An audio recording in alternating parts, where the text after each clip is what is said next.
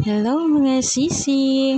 Maaga pala nagkamada ang asawa ko kasi nga magtitinda siya ngayong hapon. Maaga pala siya nagkakamada, baka nga uulan nga daw. Kaya niready na nga niya ang kanyang paninda. Dinagdagan pala niya ng tunda ng kamada niya kasi nga konti na lang natira niya sa paglalako kaya ng umaga. At nagdagdag na din siya ng birdie.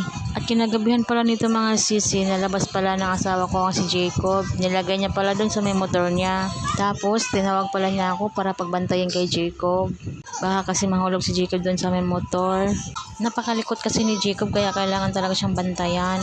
Diyan talaga pala ang gusto ni Jacob na pwesto pag sumakay siya sa motor ng papa niya. Kasi gusto rin niyang humawak ng manobela. At nakita pala niyang lumabas si tatay sa bahay nila. Kaya ayan, nakipagmarites si Jacob kay tatay. Itong tatlo pala mga sisi, gusto pala daw nilang pumunta ng Balintawak. Kaso nagbago ang mga isip nila. Kasi nga yung asawa ko, kinabukasan daw, marami pa daw siyang saba, kaya hindi siya pwedeng magbalintawak. Kaya sinabi na nga lang ni tatay na susunod na lang daw sila pupunta ng Balintawak.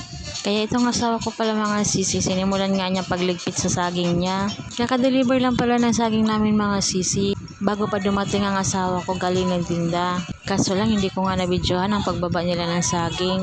Kaya inuna pala to ng asawa ko sa pagkamada dun sa loob. At ito nga si Jacob, tingnan nyo naman, nakahawak na sa nobela.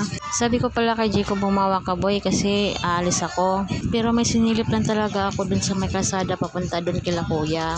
Kaya binalikan ko agad din si Jacob, baka nga mahulog. Napakainit din talaga dito sa amin mga sisi, kaya nalabas na din kami.